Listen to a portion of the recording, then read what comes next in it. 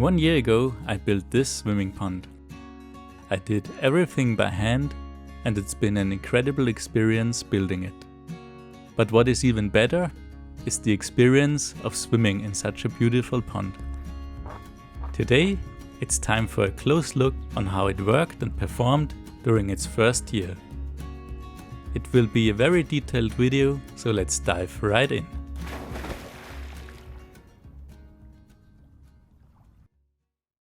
So what happened during the last year since I built the pond?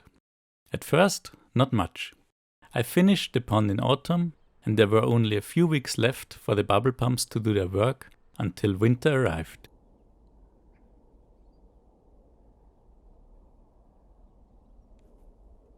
A few months later, in April, I activated the air compressor again.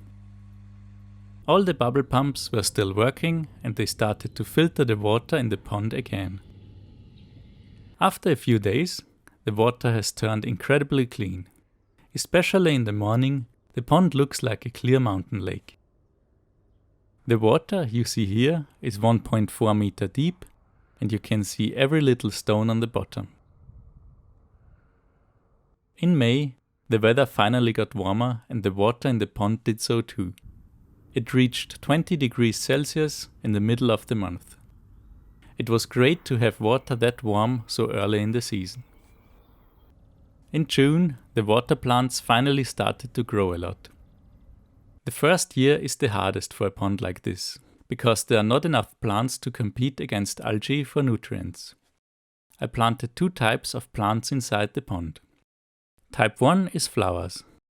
These are just here for the aesthetics and do only little cleaning of the water. The other type is water cleaning plants. For this purpose I planted reeds and underwater plants. Luckily, all of the plants spread very quickly.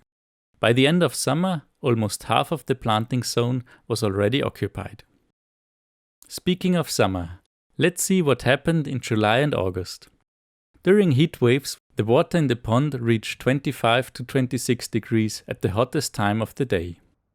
Overnight, it cooled down again to 20 to 22 degrees. I was quite relieved when I noticed that the water temperatures did not rise above these levels. I always feared that the pond would get too warm in summer because it is a very shallow swimming pond. I think one reason for this is that the pond has such a bright color and therefore reflects more energy away. In comparison, our second pond, which is our duck pond, has no bubble pumps and no gravel on the bottom. Its appearance is much darker. I'm very happy that the water temperatures have been just perfect for us. Another thing that we really appreciate about our pond is the beach area. I put a lot of thought process into the geometry of this section of the pond. It's such a great place to be and can be used in many different ways. Every kid that visited us loved to play here. And even the step into the swimming area of the pond turned out to be a great bench.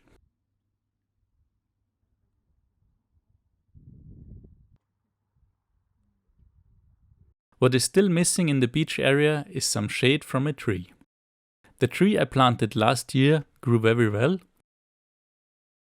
but until it grows into a big tree, we have to rely on other forms of shade.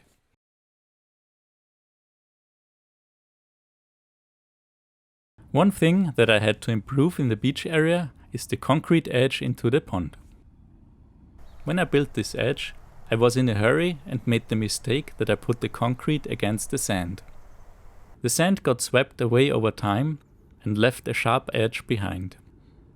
I also forgot to smooth the concrete surface in between the stones with a brush. To make things better, I had to do some more concrete work again. The first step was to lower the water level of the pond. I pumped the water into the overflow pipe, which directs the water to our second pond. Then I prepared everything for the concrete work. Tools, sand and cement. Things can get messy really fast when working with concrete, so I always take the time to prepare everything well. Nonetheless, once I started with the concrete work, it suddenly rained a bit and I made a small mistake, so things got messy anyways. I had no time to film, but luckily it still turned out nice. It is much better now. The second thing I improved since I finished building the pond was to install a skimmer. A skimmer removes stuff that floats on the surface of the pond. The bubble pumps can't remove these things, as they can only clean the water body, not the surface of the water. Before I built the skimmer, we had to do a few minutes of surface cleaning by hand every day, which got annoying over time. So how does a skimmer work if there's no conventional pump in the pond? The design I came up with looks like this. The skimmer is placed under the jetty because you don't see it there and it is easy to mount. Then a pipe connects to a new bubble pump. This pump consists of two pipes, a smaller one inside a bigger one. So if the air stone accelerates the water in the smaller pipe, it draws water into the bigger pipe and therefore into the skimmer. Building this bubble pump was quite fun. I cut some pipes to size, made some holes and installed the air stone.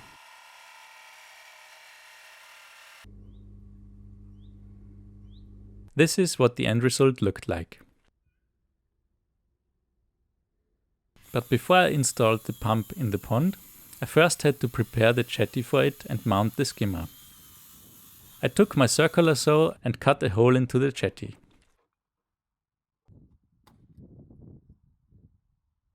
This is what the finished maintenance opening looks like.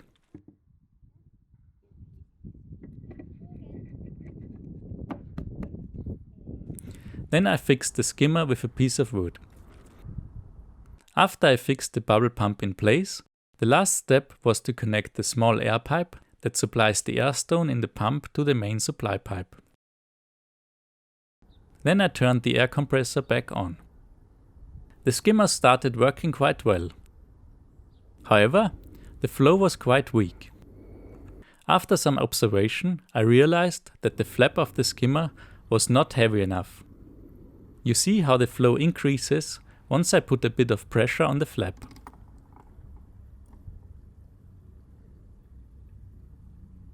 So I mounted a stainless steel rod on it to make it heavier.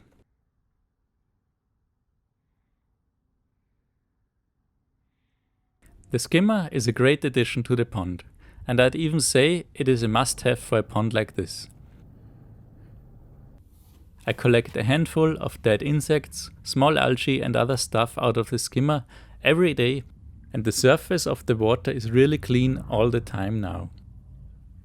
I'm also happy that I waited with building the skimmer that long, because a few months ago I did not yet know how much my son would love to throw stones into the pond. If I wouldn't have placed the pump underneath the jetty, it would have been full of stones within a week. For the second part of this video, I want to answer some frequently asked questions that I received during the last year. To begin, let's start with the question that was asked the most. How much did it all cost? All in all, the materials for the pond cost me about 4,500 euros in total. Half of it being the liner and the fleece, another 1,000 for the wood and 500 for the gravel. The rest was the piping, the bolts, the screws and the air compressor. It is very cheap for a pond this size. Which brings me to the second question. What are the dimensions of this pond? The pond is about 12 by 11 meters, but I won't go into the details here, like the size of the jetty or the wooden wall. Instead, I put together a plan that you can download for free. The plan includes a cross-section of the pond with all relevant details. If you want to know how big something is, simply select the measuring tool from the Adobe Reader and measure the things you need. You find the link to the download in the description below.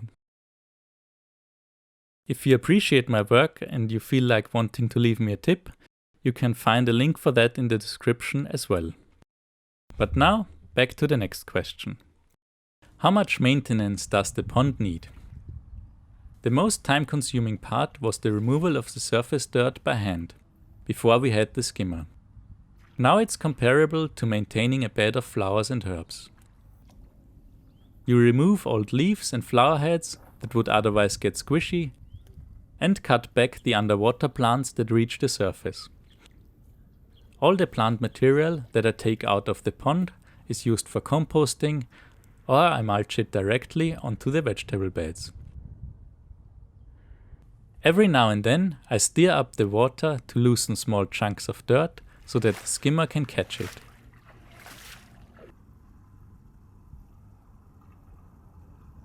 Other than that, there's not much more to do than emptying the skimmer and cleaning the wooden wall from sediment.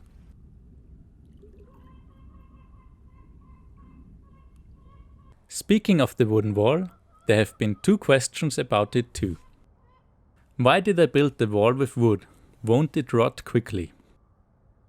Wood only decays fast if it's moist and in the presence of oxygen. If there's no air, it will rot very slowly. In my case, the wood is completely submerged in water, so I expect the wood to last at least 30 years. The wood that will need replacement first will be the posts of the jetty. These are always moist and in the presence of oxygen. Why does the wooden wall come not afloat? The complete wooden wall consists of 1 cubic meter of larch wood. Larch wood is a local, very durable and heavy hardwood. 1 cubic meter of this kind of wood weighs about 700 kilos in dry condition. For it to stay underwater, I only need 300 more kilos of ballast for the complete wall. The wooden wall is surrounded by about 20 tons of gravel, which is pressing sideways to the wall. Additionally, there are bolts and other stuff sticking out of the wall into the gravel. There is no way this wall will ever float up to the surface. Aren't there lots of mosquitoes? No, I haven't ever seen mosquito larvae in the pond. I find way more of them in my rain barrels. Why? Because mosquitoes don't like moving water for their larvae.